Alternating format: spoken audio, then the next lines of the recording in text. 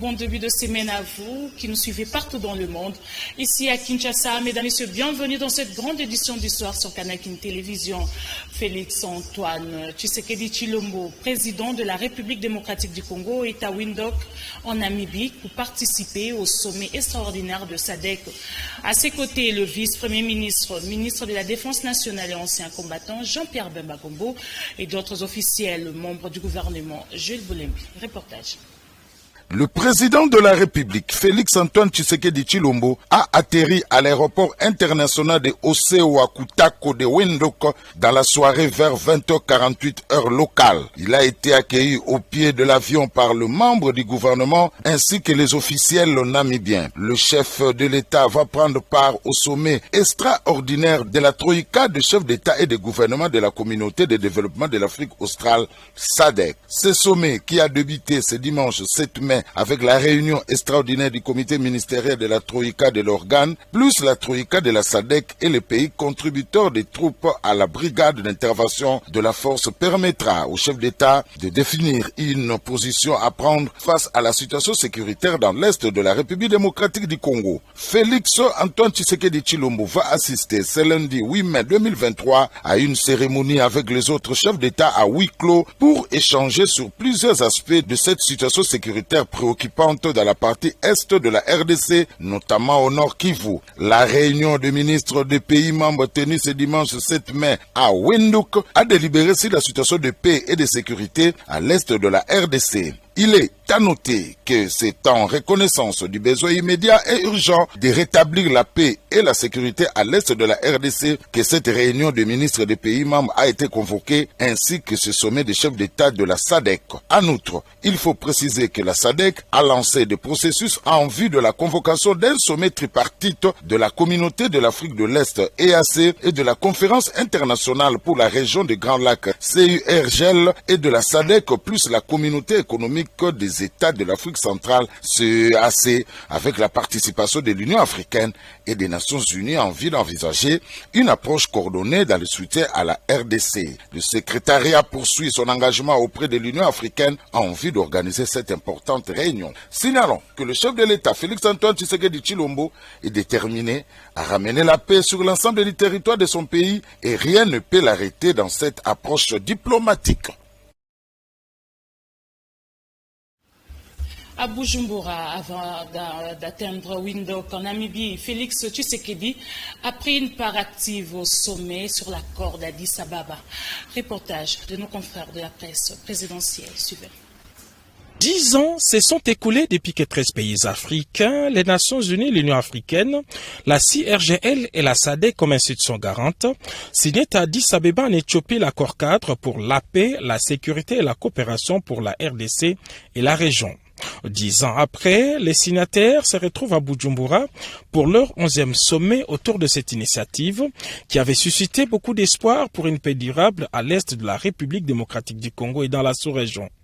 De toute évidence, tous les signataires se sont rendus compte du manque des résultats attendus et de la détérioration de la situation sécuritaire sur le terrain du fait des visées expansionnistes et bellicistes de l'un des signataires, à savoir le Rwanda. Dans leurs différentes allocutions d'ouverture, les chefs d'État et des représentants des institutions garantes ont plaidé pour une évaluation sérieuse de cet accord avant d'envisager sa revitalisation. Président sortant du mécanisme régional de suivi de l'accord cadre et président en exercice de la SADC, le chef de l'État, Félix Antoine Tshisekedi Tshilombo, a clairement interpellé ses pairs face à l'agression avérée et documentée du Rwanda. Hélas, c'est avec une profonde amertume et une grande désolation que nous constatons, 10 années après l'entrée en vigueur de cet accord, la rupture de ce pacte collectif par un État signataire, j'ai cité la République du Rwanda, qui, sous couvert du mouvement terroriste du M23, pourtant défait, et qui l'a ressuscité, s'est donné la liberté d'agresser et d'envahir une partie de la province du Nord Kivu en République démocratique du Congo. et ceci en totale violation de l'engagement régional numéro 3 de l'accord cadre dont il est signataire, de même que les chartes des Nations Unies et de l'Union africaine dont il est partie prenante, le tout sur fond d'exploitation illégale de nos ressources naturelles. Cette attitude délibérée et plus d'une fois réitérée par un État signataire ne nous impose un choix tout autre que la revitalisation de cet accord tel que l'a notamment recommandé le Conseil de paix et sécurité de l'Union africaine lors de la 1140e session le 17 février dernier en marge du 26e sommet de l'Union africaine. Le contexte de la tenue de ce sommet nous commande donc de procéder à une évaluation lucide de ce qui aurait pu être fait, c'est-à-dire entreprendre une réflexion approfondie sur le chemin parcouru, dès lors que pour nos peuples, et le mien en particulier, nous sommes encore à la croisée des chemins. Le général-major Kalonda Famba Kof a présidé le vendredi 5 mai 2023 une parade générale à l'état-major du secteur opérationnel Vélé. Au cours de celle-ci, le commandant secteur opérationnel Vélé a rappelé à ses compagnons le respect de la discipline militaire et la politisme de notre armée. Mario Mbongo, reportage. Le respect de la discipline militaire et la politisme de l'armée étaient au centre de la parade générale présidée par le général-major Kalonda Famba Kaf, commandant du secteur opérationnel Ouélé, à l'intention de militaires de l'état-major de cette grande unité de notre armée. C'était le vendredi 5 mai 2023 à l'état-major du secteur situé au camp Evaza, territoire du Dungu, dans la province du Haut-Ouélé.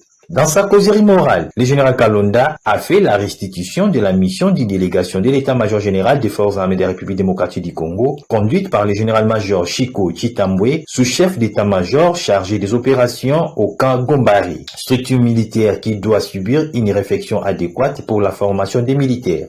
Le respect de la discipline militaire doit être appliqué afin d'accomplir notre devise qui est de ne jamais trahir le Congo, a dit le commandant secteur opérationnel Ouélé. Soki soda azali discipliné akotrahir mboka na yete na ngonga oyo yo zali ko se livrer na ba acte oyo zali contraire ya règlement militaire na constitution na biso wana ozali déjà kobuka miko ozali déjà kotrahir mboka na biso. Tolobaka mingi soto tunia ko bi non, ne jamais trahir le Congo, ne jamais trahir le Congo. Mais ce qui totali sikoyo na comportement na biso. En outre, il a exhorté les militaires de son ressort sur la politisme de l'armée.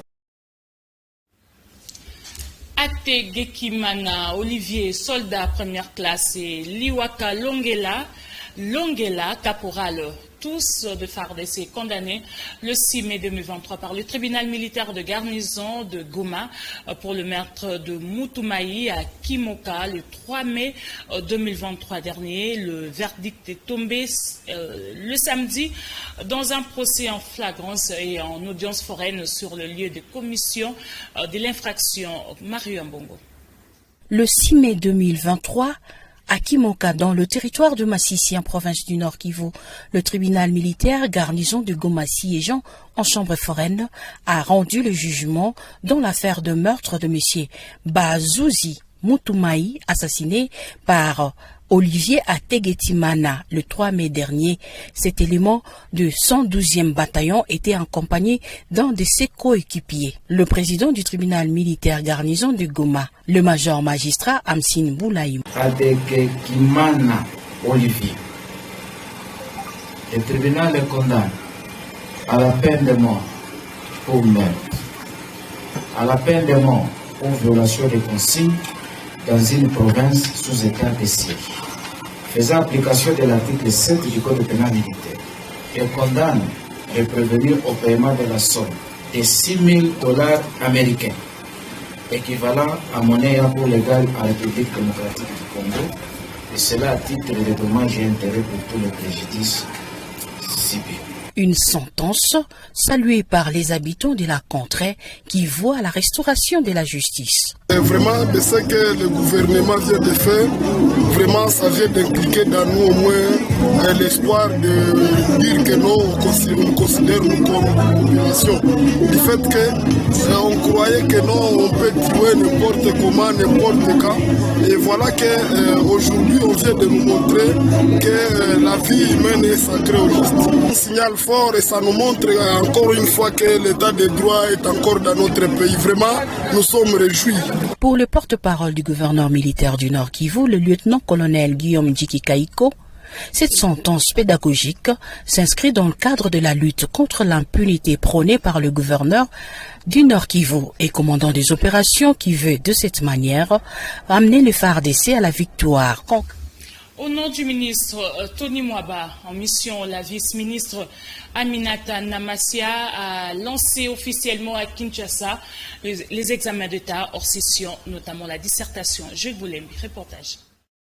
Tel que prévu dans le calendrier scolaire 2022-2023, les épreuves certificatives de la hors-session, notamment la dissertation, ont été lancées ce lundi 8 mai par la vice-ministre de l'enseignement primaire, secondaire et technique, Aminata Namasia Bazego. Situé dans la province éducationnelle du plateau, dans la commune de Ntsele, le complexe scolaire Marie-Immaculée a servi de cadre à cette cérémonie. Après un accueil chaleureux réservé à la vice-ministre Aminata Namasia par les élèves récipiendaires, le ministre provincial a pris la parole pour souhaiter la bienvenue à la représentante du ministre de l'EPST en mission à Londres où il participe au Forum mondial sur l'éducation représentant le gouvernement congolais. Dans son mot, le ministre provincial Charles Mbutamutu dit être réconforté que le lancement officiel de ces épreuves se fasse à Kinshasa. Remerciant le président de la République pour avoir inscrit les sous-secteurs de l'éducation parmi les priorités du pacte social de son premier quinquennat, la vice-ministre Aminata a indiqué que 985 497 candidats sont inscrits à la dissertation cette année contre 918 620 en 2022 pour le cycle des humanités, dont 43,6% des filles, et que ces candidats sont répartis dans 2827 centres disséminés sur toute l'étendue de la République démocratique du Congo. Par ailleurs, la vice-ministre a indiqué que les notes obtenues à ces épreuves vont compter pour la première journée de la session ordinaire. Les épreuves hors session doivent être comprises comme une évaluation des connaissances et des compétences acquises par tous les apprenants depuis le cycle préscolaire jusqu'à la fin du cycle secondaire. Je souhaite que les résultats qui en découleront reflètent le niveau réel atteint par chaque candidat. Nous en appelons donc tous les intervenants à plus de responsabilités et au respect strict du règlement général de l'examen d'État. La cérémonie s'est clôturée par une visite des salles de classe et la remise symbolique des items aux finalistes par la vice-ministre de l'EPST, accompagnée de l'inspecteur général de l'EPST, Jacques Odia, ainsi que le directeur du cabinet adjoint du ministre Daniel Ebondo. Dans sa casquette de maire, Aminata Namasia a souhaité bonne chance aux élèves avant de reprendre la route pour son cabinet. En politique, le secrétaire national en charge des finances, budget et plan au sein du mouvement de libération du Congo de Jean-Pierre Bemba, Yves Kitumba, a communié le dimanche dernier avec les mamans de sa fondation, la génération portant son nom, Yves Kitumba. Le secrétaire national du MLC a invité les femmes de Mongafula, précisément de Kindélé, à s'impliquer davantage dans la réussite du processus électoral en cours de 2023. Suivez.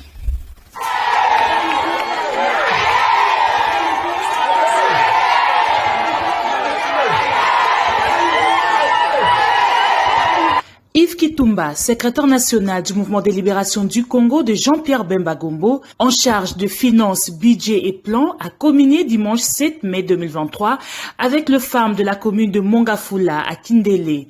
Dans un stadium qui a refusé du monde, ces cadres du MLC et candidats déclarés aux législatives nationales dans la circonscription électorale de Lukunga, a invité ces femmes réunies au sein de la génération Yves Kitumba à s'impliquer davantage dans la réussite du processus processus électoral en cours. En réalité, ces femmes que vous voyez, c'est une base solide.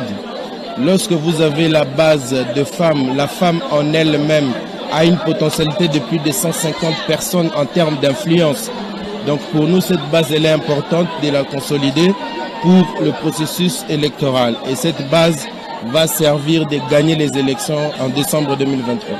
Au cours de cette activité qui s'inscrit dans le cadre d'un dialogue avec la base de maman de la génération Yves Kitumba de Mongafula, le directeur des cabinets de la ministre d'État, ministre de l'Environnement et Développement durable F. Bazaïba, a demandé à cet échantillon composé de 6 bases sur le 204 déjà installé dans cette vaste commune de soutenir le vice-premier ministre, ministre de la Défense nationale et ancien combattant Jean-Pierre Bemba Gombo pour le retour définitif de la paix dans l'Est de la République démocratique du Congo. L'implication des femmes. D'abord, vous savez que nous avons 3 choses. L'intégrité du territoire qui est non négociable, l'unité nationale et la cohésion nationale. Ces 3 choses passent par l'influence de la femme. Et la femme peut jouer le rôle d'unir le monde. Papa Lukunga, comme le surnomme sa base, Yves Kitumba a, à l'issue de cette manifestation, distribué un lot de 3000 pannes à ces nombreuses femmes qui portent sa candidature à la députation nationale. Il a aussi promis son implication pour la fin de travaux de la route Bel Air qui fait jonction à l'avenue Kimwenza en pleine réhabilitation. Bibi Makento Louvounou, président de la Ligue de femmes du MLC Lukunga 2, est allé à la rencontre de sa base de Mongafula pour une redynamisation du parti de Jean-Pierre Bemba, ici dans cette partie de la capitale. Mario Mbongo.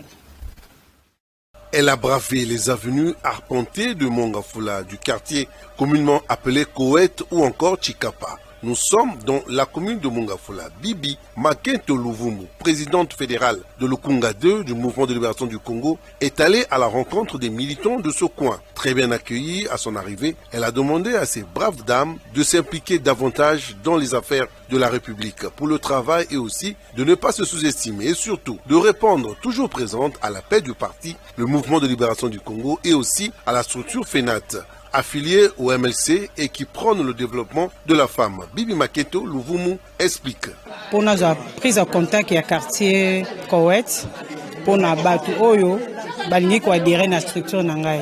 Parce que la structure oyo zali affilié ma parti MLC, parti cher ya Jean-Pierre Bemba Gombo, oyo nazali présidente ya Ligue de femmes ya Lukunga 2. Alors naboyaki kosuka kaka na niveau ya ligue na mika ko élargir mon cercle parce que ligue de femmes ezota la kaka ba maman to basi mais structure ezokipe couleur te moi sur mobile tout ça. Donc je préférais que le président Nabiso azara na besoin ya bato parce que bato ba resepla ko adhérer dans structure d'office ba ko zape ba membre parti ngai ko élargir cercle pour que bibali pe ba meka ko ya on les a qui vraiment raison ya descente na nga pas bande ba vandi côté nga na oyebisa bango ba telema parce que déjà ko tala quartier na ko benga ngo eza enclavé.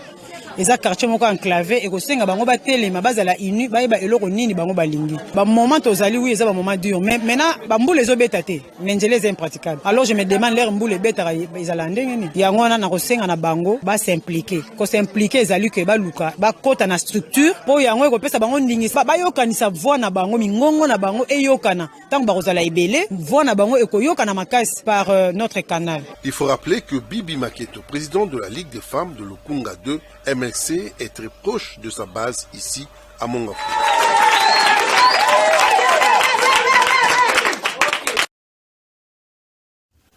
Le président communal de Kalamou MLC, coordonnateur de la structure Majorité Bemba, César Bompima, a visité l'orphelinat Jésus et mon papa, situé dans la commune de Kalamou, un geste de cœur, et il a également apporté des vivres pour ses enfants.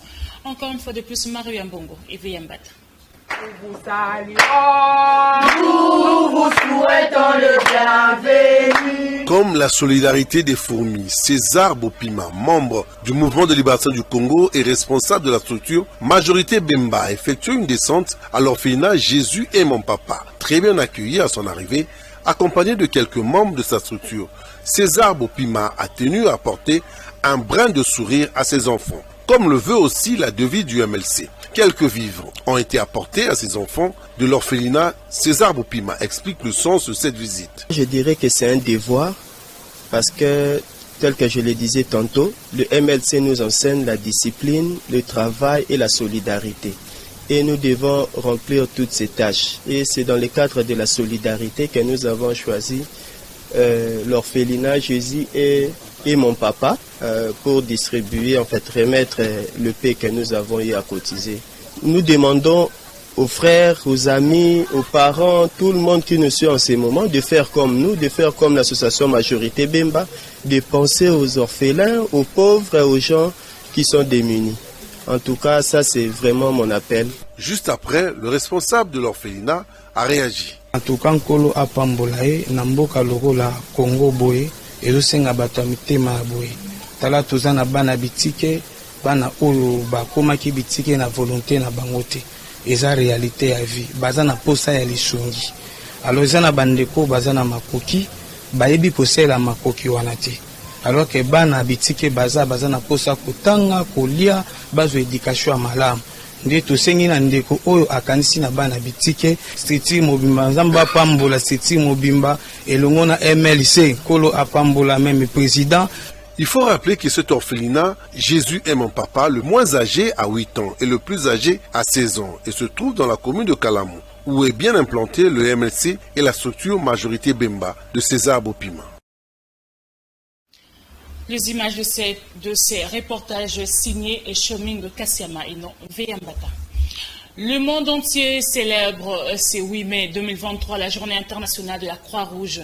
En RDC, cette journée est célébrée sous les thèmes « Nous faisons tout avec le cœur ». Toute activité y afférente a été suspendue en compassion à la population de l'Est.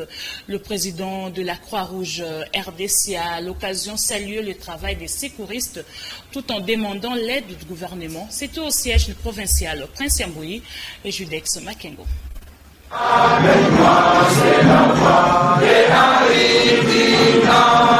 Pas de défilé cette année en vue de compatir avec la population de l'Est, a signifié le président national de la Croix-Rouge RDC, Grégoire Maté Somboutawai, qui a loué en même temps le travail des secouristes sur terrain, venir en aide aux vulnérables, un travail de cœur, un travail de défis et des contraintes, a renchéri le président national dans son adresse à l'occasion de la célébration de la journée mondiale de la Croix-Rouge. Notre parcours n'a pas été aussi rose. Plusieurs défis et des contraintes ont émaillé la mise en œuvre de nos activités sur le terrain, au nombre de laquelle nous notons l'insuffisance des ressources, tant financières, matérielles, que nous connaissons. C'est pourquoi nous avons lancé un appel aux autorités du pays d'avoir une oreille attentive aux cris de détresse de la part de la République démocratique. En tant qu'auxiliaire du pouvoir public, la Croix-Rouge tient mordicus à la protection de son emblème. Notre souhait le plus ardent est de voir la Croix-Rouge de la République démocratique dotée d'une loi qui protège son emblème, mais aussi obtenir un engagement de notre gouvernement à nous donner plus de ressources pour nous permettre de remplir bonnement notre mission. Ce qui est fait avec le cœur est fait avec générosité. Ce qui est fait avec le cœur est fait avec compassion. Ce qui est fait avec le cœur est fait avec l'humanisme. Ce qui est fait avec le cœur est sans contrepartie. Ce qui est fait avec le cœur touche le cœur. Nous disons merci à tout le monde, merci à la population congolaise qui nous reçoit chez eux et nous faisons confiance. Plusieurs partenaires et volontaires ont commémoré cette journée du 8 mai, qui est aussi la date de naissance du père fondateur Henri Dunant. C'est par cette note de la Croix-Rouge que nous bouclons cette édition. Si vous avez aimé, dites merci à Mario Ambongo, Freddy Soumaïli, Koupar Bola, Tony Binda. Dieu voulant, je vous retrouve le mercredi prochain. Même chaîne, même heure. Au revoir.